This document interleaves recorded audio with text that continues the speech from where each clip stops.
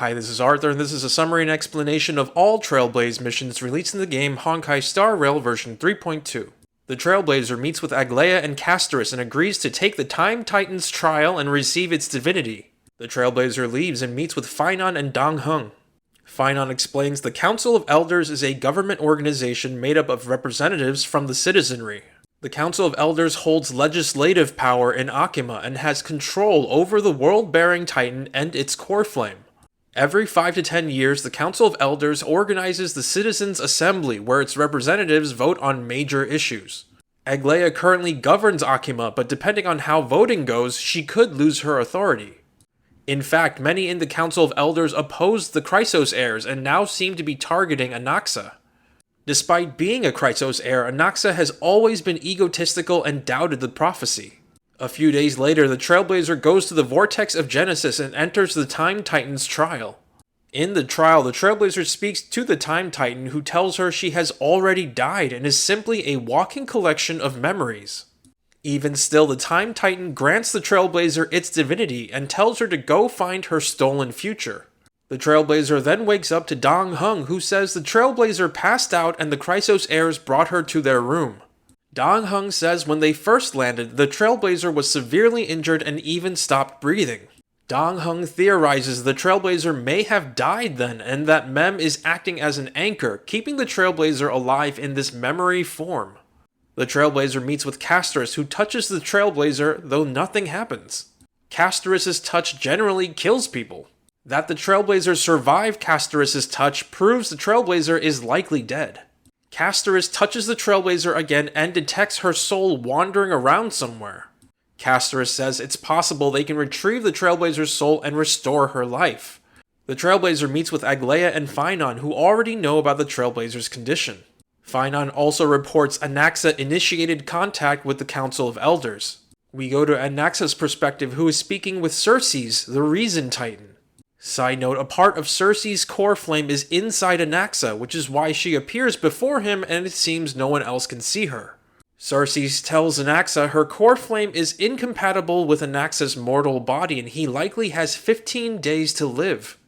Anaxa then meets with a messenger from the Council of Elders named Lygus. Lygus is an Antikytheran, a race on Amphorius that can perceive the frequency of souls, meaning Lygus can see Circe's. Lygus is also the Theoros, a position of some kind of authority in Akima's government.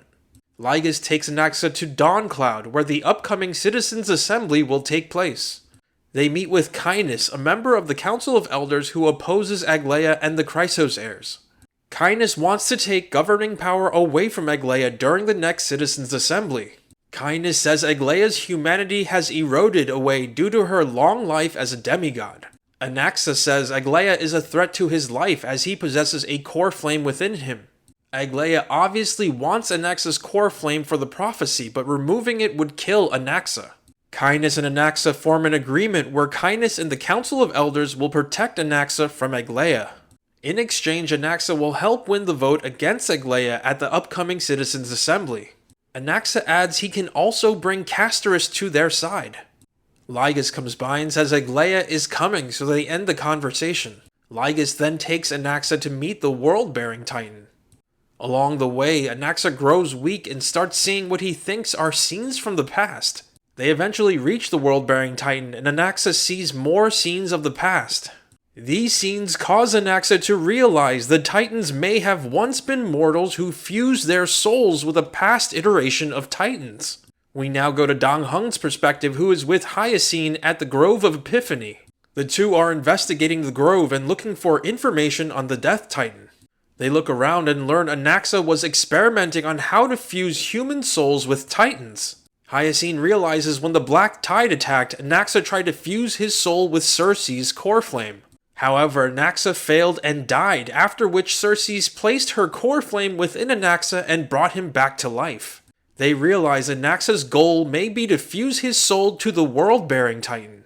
We go back to Anaxa in front of the world-bearing Titan when Castorus arrives. Anaxa says he knows where the Death Titan is, how to save the Trailblazer, and will tell Castorus if she agrees to do something for him.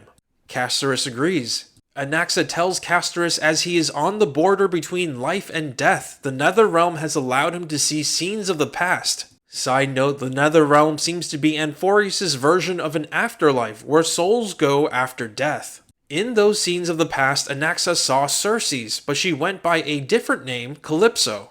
Anaxa realized that Calypso was the mortal who Circes was before she became a Titan. In fact, Anaxa saw many of the mortals who eventually became the Titans of today. Based on what he saw, Anaxa concludes the mortal who ascends into the world-bearing Titan would gain the power to rebuild the entire world. We now go to the perspective of Aglaia, Phynon, and the Trailblazer who are also at Dawncloud. When Aglaia heard Anaxa met with the Council of Elders, she came down here to confront them. Aglaia leaves to speak to the Council of Elders when Kratoros arrives, relaying a message from Mighty that the Flame Reaver is back. Phynon and the Trailblazer go to relay the message to Aglaia, who stops them. Aglaia says her long life as a demigod has eroded too much of her humanity. She can no longer relate to or appeal to other people. Aglaia then tasks Phynon to debate on behalf of the Chrysos heir so that she may retain her governing power over Akima. Phynon accepts the tasks and speaks to the Council of Elders when Anaxa and Castorus arrive. Anaxa announces he knows where the Death Titan is, and when Castorus retrieves its core flame, they will gain control over death itself. There will be no need for the Chrysos heirs or their prophecy. Anaxa also promises that Castorus agreed to the Council of Elders personally managing the Death Titan's core flame. With that, the council cheers and Lygus officially puts the suspension of the Chrysos heirs' mission up for a vote at the upcoming Citizens' Assembly. Afterwards, Castorus explains to the other Chrysos heirs why she sided with the Council of Elders. When Castorus spoke to Anaxa earlier, Anaxa used alchemy to show her scenes from the past that were imprinted on the world-bearing Titan's soul. This revealed that before the Titans existed, a group of heroes followed a prophecy and went around collecting divinity, likely from a previous iteration of Titans. Those heroes then became the Titans of the present day. The implication is that the history of Amphorius is cyclical. A group of mortal heroes collecting divinities and becoming the next iteration of Titans may have occurred many times before. Additionally, many of the scenes of the past showed two sisters among the heroes. One sister looked like Castorus and had the same name, while the other was named Polixia. Polixia mentioned a seaside town whose description matches a city called Styxia. Anaxa then gives Castorus an alchemic object called the Philosopher's Stone, which should lead to the Death Titan in Styxia. Castorus says regardless of who controls the Death Titan's core flame, they must retrieve it first. Aglaia agrees. The next day, Castorus asks the Trailblazer to accompany her to Styxia, and she agrees. They meet with Cypher, another Chrysos heir and demigod who received the Trickster Titan's divinity. Cypher has the ability to move super fast and takes them to Styxia immediately. They needed Cypher's help as Styxia is encircled by the River of Souls and filled with the souls of the dead. They enter Styxia, and after speaking to many souls, Castorus realizes the Castorus she saw in Anaxa's scenes of the past was actually her.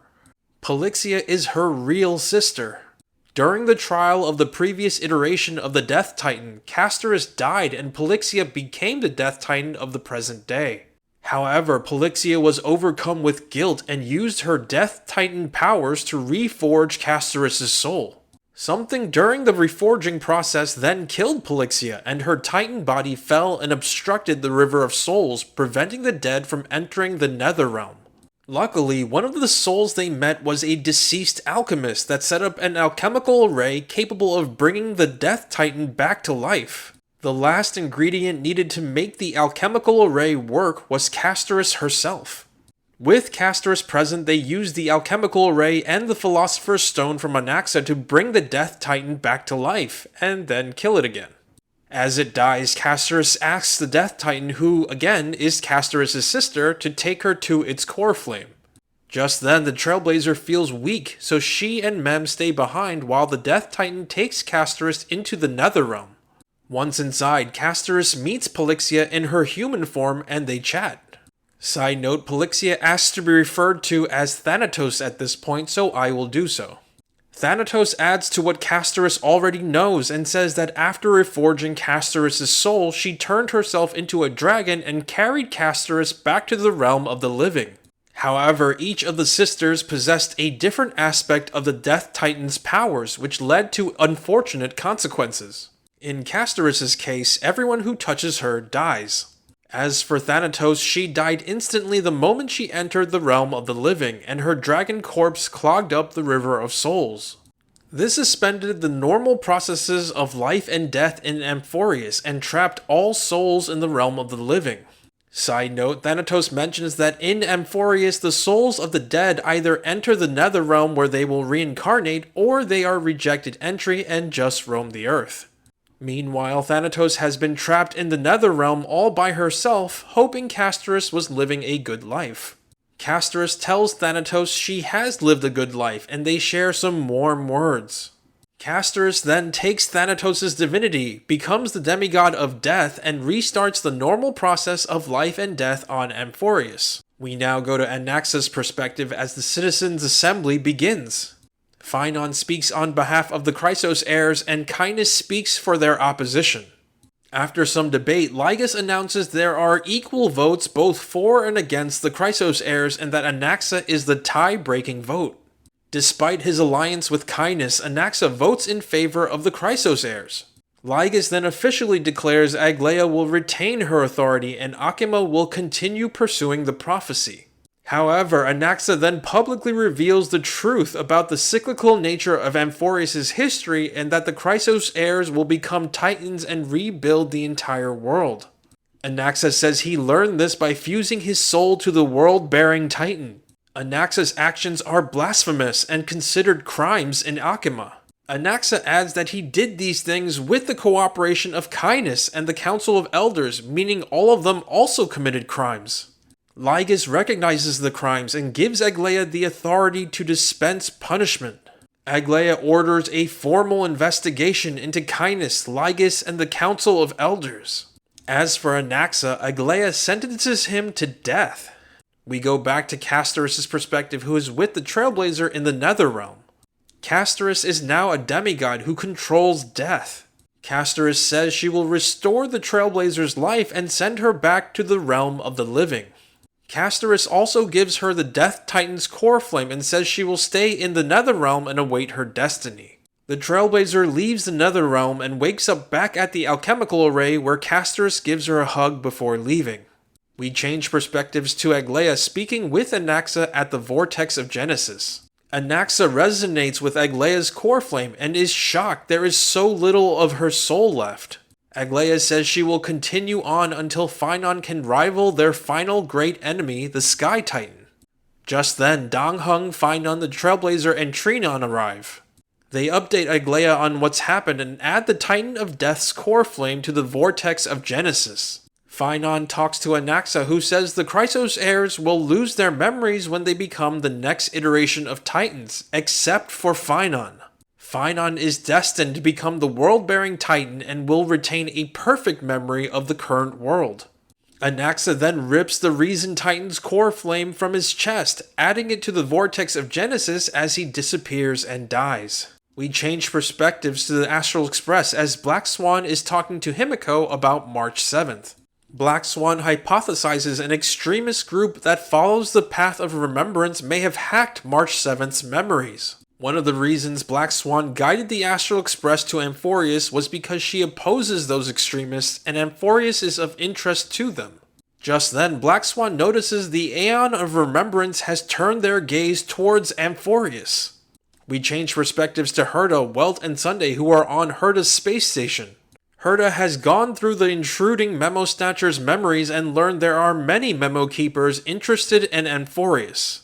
Herta then uses her mirror technology to send a projection of herself to Amphorius. Herta soon appears at the entrance to Amphorius when Ligus arrives. Ligus asks Herta to leave, but Herta pushes back.